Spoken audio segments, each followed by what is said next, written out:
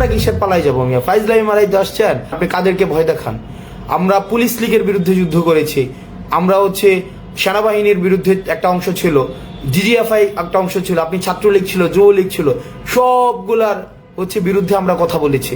জনগণ আপনাদের পাশে ছিল, জনগণ পাশে থাকলে আপনার নেত্রী পালাই যেতে হয়েছে কেন? এই মূর্খের দল, তোদের একটু বোঝা উচিত, তোদের ন্যূনতম এটা যেটাকে আমরা বলি সেলফ স্টিম, এই সেলফ স্টিম থাকা উচিত, আত্মমর্যাদা থাকা উচিত, তোদের ন্যূনতম এই আত্মমর্যাদা থাকা উচিত।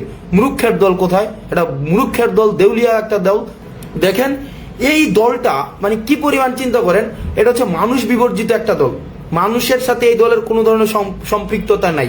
গত 16 বছরে যেই ধরনের নির্যাতন নিপীড়ন এরা করেছে, এদের ন্যূনতম কোনো মানবিক অধিকার নাই যে ওরা পরবর্তীতে রাজনৈতিক গ্রাউন্ডে ওদের ব্যাক করার কোনো ধরনের ন্যূনতম অধিকার নাই, ন্যূনতম কোনো অধিকার নাই। আপনি দেখেন এদেরকে প্রত্যেকটা কাজের জন্য ওদেরকে গণহত্যার ওদেরকে আসামি করা যায়। 2000-এর বেশি ওরা মানুষ মেরেছে।